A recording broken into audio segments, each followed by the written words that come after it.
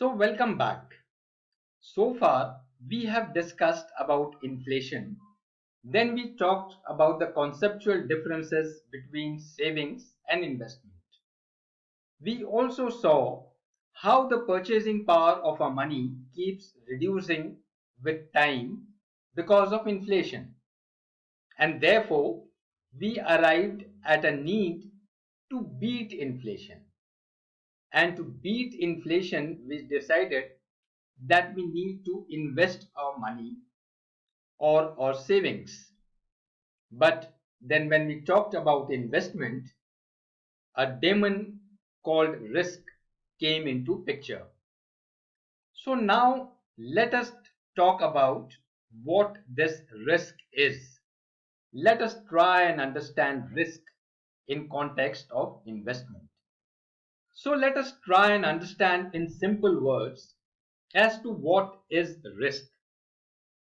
If you ask me, risk is nothing but the chances or the probability of something happening which you don't want to happen.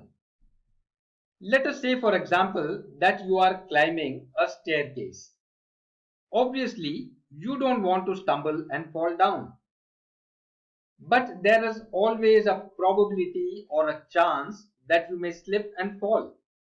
That will depend upon how steep the staircase is, how slippery is the floor, whether there are railings on the side or not, whether it is brightly lit or is it very dark. So on these factors will depend your chances or the probability that you may fall. That is called as risk. Now when we talk this in context of finance and investment, let us consider a case that you have a property and you want to sell it. Today you are getting $1 million for that property. Alright. Now what is the risk in selling that property? The risk is that today you may sell it for 1 million and probably after 6 months the value may become 1.2 million. So that is the risk in selling. And what is the risk in not selling? Say you don't sell it today for $1 million and after 6 months the value becomes $0.8 million. So that happens to be the risk in not selling. Therefore, what I am trying to convey to you is that risk is not always a negative thing. It depends upon what you want. And something happening which you don't want to happen, that is called as risk. So now coming to the aspect of investment and looking at this demon called as risk, most of the time the dilemma which all of us face is, should I go ahead and invest or should I remain away from investment because of this demon called as risk? Now before you answer this question, I would recommend that you must analyze the risk. So let us try and understand as to how do we analyze risk.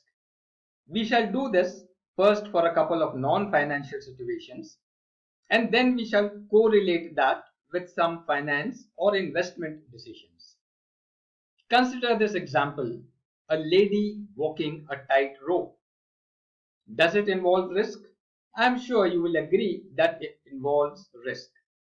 So we ask ourselves the following questions. Number one, what does the risk depend on?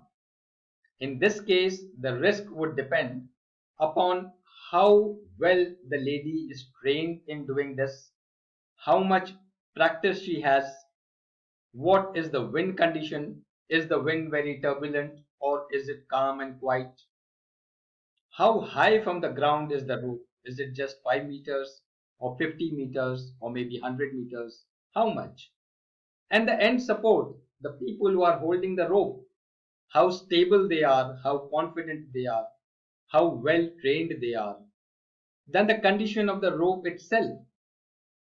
So on so many factors will depend the risk.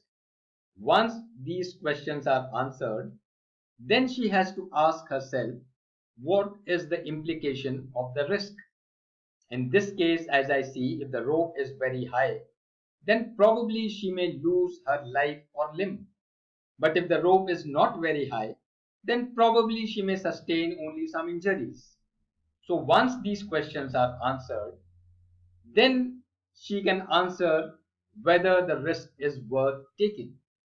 Now, if you see the third question and look at it from the perspective of the audience or the children or the family of this lady, then the answer will be that the risk is not worth taking. But look at it from the perspective of the lady who feels that she is well trained, she can handle the situation, she can come out victorious, and at the end of the rope, there is a huge prize waiting for her. So, if these are the circumstances, then from the lady's perspective or the perspective of the person who is going to take the risk may be worth taking. For others, it may appear not worth, but for the person who is taking the risk, it may appear to be worth taking. Alright? Consider another case. A young girl trying to cut vegetables. What is the risk here? What does the risk depend on? In this case, I would say that the risk would depend upon how sharp the knife is, how soft the vegetables are. Is she doing it for the first time? How old she is? Is she doing it independently or is she doing it under some supervision? Once this question is answered, then you answer the question, what is the implication of the risk? In this case, as I see, there is no question of life or limb. At the most, the child may hurt her finger, bleed for some time, tie a bandage, and that is just about all. A small case of bleeding, isn't it? Now have a look at it and answer this question whether the risk is worth taking. Again, as observers, as audience, or as a third person, you may feel that the child is too young and the risk is not worth taking. But look at it from the perspective of the parents of that child. The parents may be wanting to get their child trained for the life ahead. So from their perspective, the risk may be worth taking. But in any case, both these risks are not the same. In one case, the life and limb are at stake, and in the other case, it is only a case of minor injury or bleeding, isn't it? Now let us try and understand risk as we relate it to financial investment or investment decisions. All right. Say I want to invest $2,500 in an automobile company. How do I analyze the risk? The first thing I do is answer this question. What does my risk depend on? Here, in this case, my risk would depend on several factors. For example, how is the outlook of the automobile industry? Is the company venturing into electrical vehicles? Or are they still continuing with the old model of petrol and diesel vehicles? What is the market share of this company where I am trying to invest? Who are the competitors of this company? Are there better companies which offer a stiff competition? Or is this company in a leading position? What are the government policies? Are the government policies favorable for the automobile industry in the years to come? Or are the policies becoming very stringent and will cause losses for the automobile industry? What is the past earning history of this company where I am trying to invest? So many questions you have to ask yourself. Most important is that I will try to understand and analyze the financial statements, the balance sheet. I will see how much are the reserves of the company, how much is the debt, what are the promoter holdings. Then I will see the profit and loss statement. various things like EBITDA, EBIT, net profit, top line, bottom line. I will see the cash flow statement, where the cash is coming from and where the cash is going.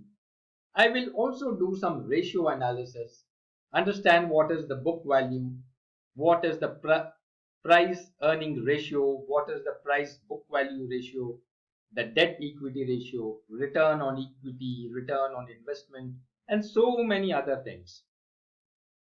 Remember that reading and understanding these financial statements or answering all these questions is not very difficult. All that is required is you to get little financially aware. These balance sheets and other things, the financial statements, well, they are prepared by chartered accountants who are expert in their field.